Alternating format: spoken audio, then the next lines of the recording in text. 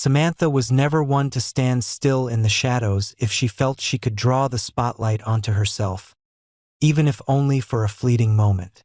After everything that had happened between her parents, the bitter collapse followed by their surprising reconciliation, it would have been easy to believe that Samantha would step back and let them decide their own path.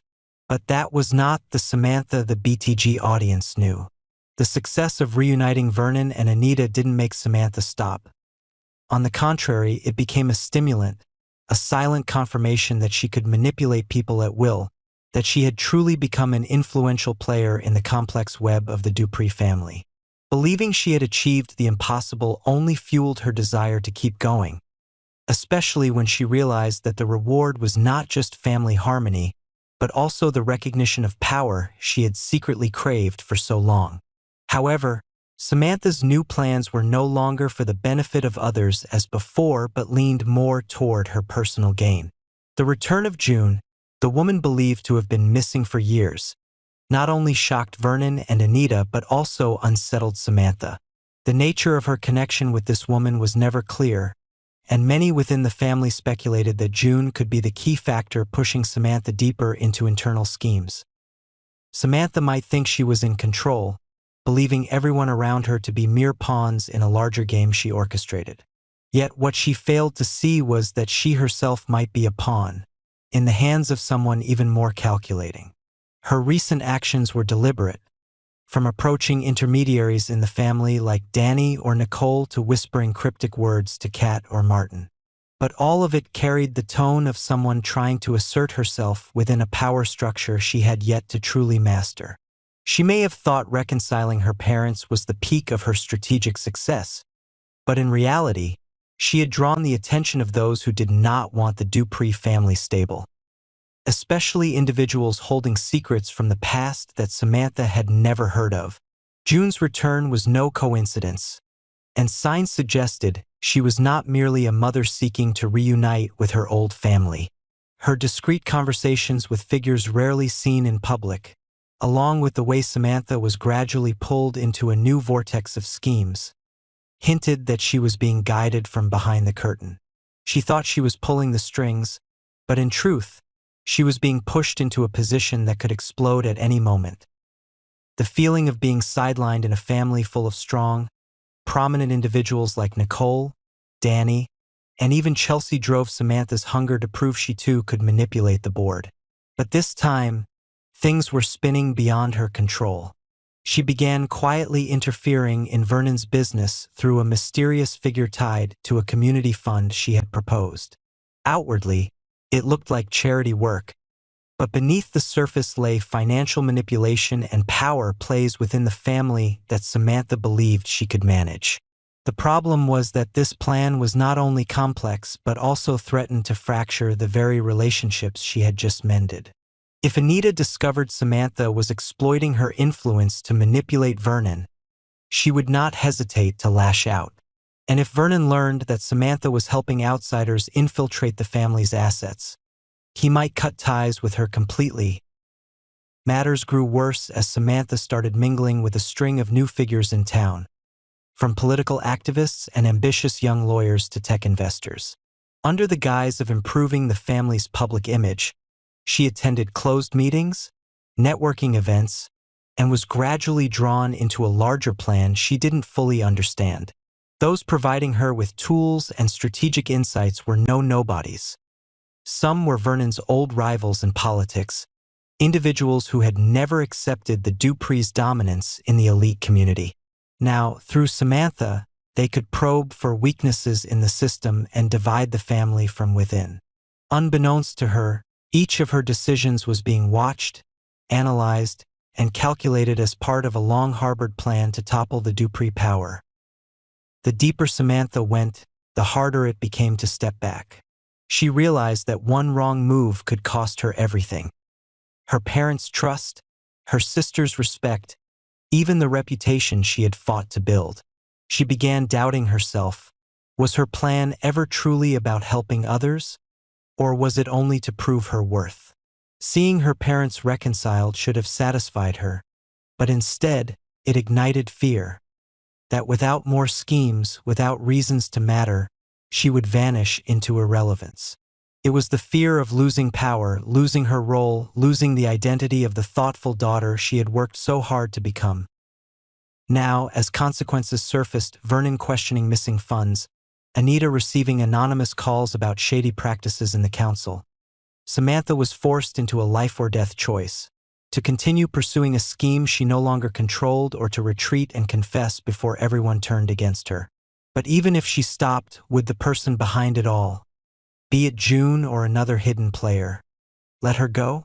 Or had she gone too far already, leaving no way back? The scariest part was not Samantha's plotting, but her belief that she was in control, while reality may have already escaped her imagination. And if June truly was pulling the strings, then this game extended beyond family matters into a full-scale war for power, trust, and the Dupree legacy itself. Ashley had never been predictable, and this time she was poised to shake Fairmont Crest with a move that could redefine the entire dynamic between herself, Andre, and Derek. The turmoil she found herself in was not accidental, but the product of impulsive choices torn between her longing to be loved, her need for validation, and her fear of being hurt again. After deliberately pushing Andre out of her life, Ashley thought she could begin anew with Derek, a man who seemed kind, stable, and safer. But what she called new love was not pure emotion. It was more like a defensive reaction, using Derek as an excuse to lock away the door to past pain with Andre. Meanwhile, Derek grew increasingly suspicious. His ambiguous health condition, especially after an injury that should have left him permanently paralyzed, began raising more questions than answers. Ashley, distracted by her heart's constant upheavals, failed to see that she might be the victim in a psychological game Derek was orchestrating. Whether Derek was truly lying about his condition remained uncertain, but growing signs suggested he was controlling Ashley's feelings and actions with the quiet power that only pity could wield. For Andre, Ashley's rejection was a heavy blow to his pride already scarred from before. His pain came not only from unrequited love, but also from the sense of never being enough when she needed him most. Yet Andre had not completely given up. His recent behavior, through glances, avoidance, or sudden appearances at events where Ashley was present, revealed a man still in love, struggling between proving himself right and holding on to the woman he once cherished. Andre was neither quick to forgive nor quick to let go, which made his bond with Ashley never truly severed, but rather like a taut string waiting to snap with another rash decision. The truth was that Ashley had never stopped loving Andre. She just didn't know how to love him without losing herself in a relationship that once made her feel small and broken.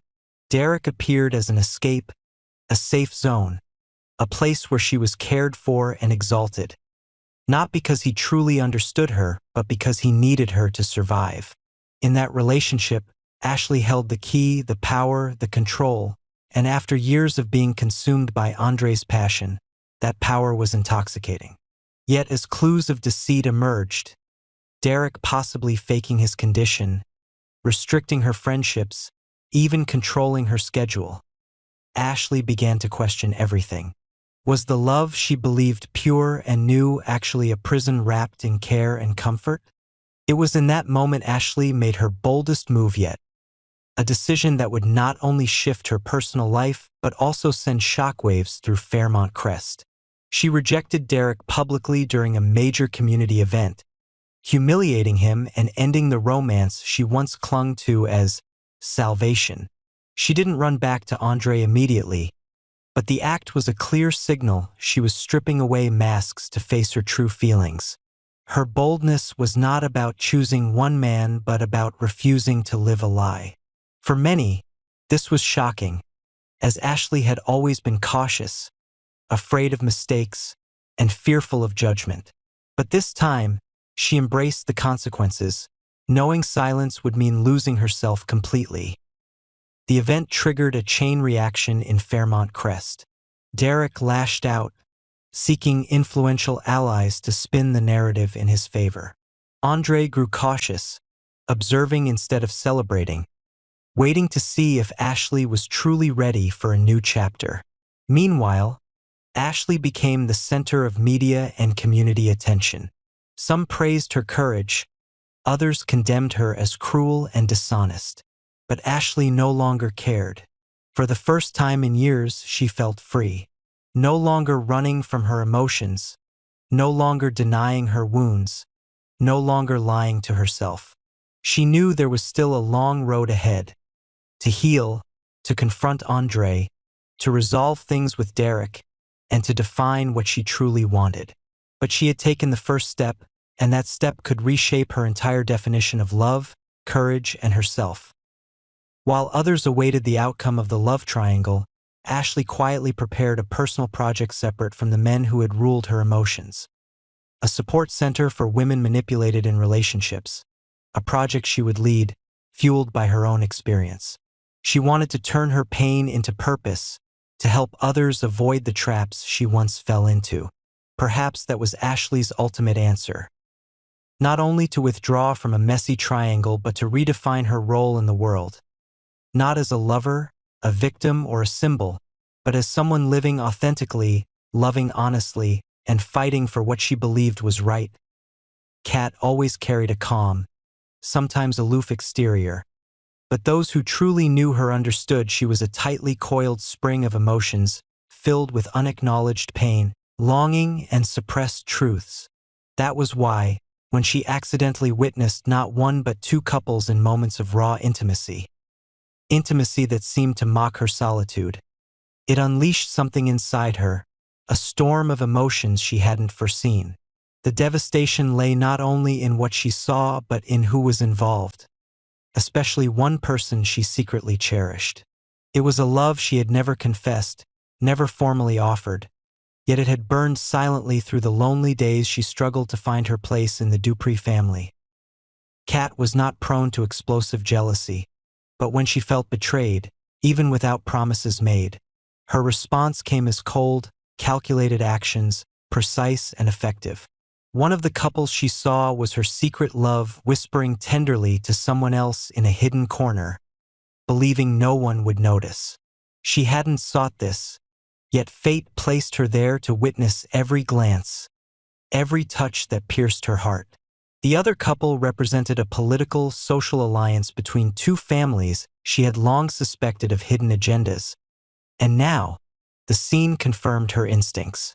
Perhaps it was just a means of consolidating power, or perhaps it was a genuine affair breaking the moral codes the Duprees worked hard to uphold. Kat's pain was not loud but silent and deep, like an undercurrent eroding her view of the world. Where she once believed everyone had their reasons, that she only needed to try harder to be loved. Now that faith crumbled piece by piece. She began questioning everything. Was the affection ever real? Was she being used? Were her acts of kindness only self-deceiving illusions? As doubts mounted, Kat slid into emotional instability, though her outward composure remained chillingly intact. The problem was that one of the people involved was not only her secret love but also a pivotal player in an alliance reshaping Fairmont Crest's power. If their secret were revealed, it wouldn't just destroy a relationship. It could shatter an inter-family alliance, unleashing political, reputational, and financial fallout. Kat knew this, and what complicated matters further was that holding this knowledge gave her a dangerous new kind of power. She became a looming threat to those who wanted the secret kept. At that moment, Kat stood at a crossroads, to stay silent and swallow her pain or to wield the truth as a sharp weapon of retribution. She was no longer the one seeking peace, reconciliation, or love. She was someone pushed to her limit, and when someone like Kat crosses that line, the consequences are never gentle. She might expose the secret before the entire clan at a public event, or she might approach the betrayed to form a new alliance against those she despised. Either way, her move would not merely be revenge but a declaration of position, power, and voice, that she was no longer the sidelined observer watching others live the life she longed for. And that could spark a chilling question among viewers. Was Kat a tragic victim or a dangerous villain? The scariest part was not what she knew, but how she might use it. In a world where secrets were weapons, Kat now held a bomb that could obliterate the fragile balance among Fairmont Crest's powerful families.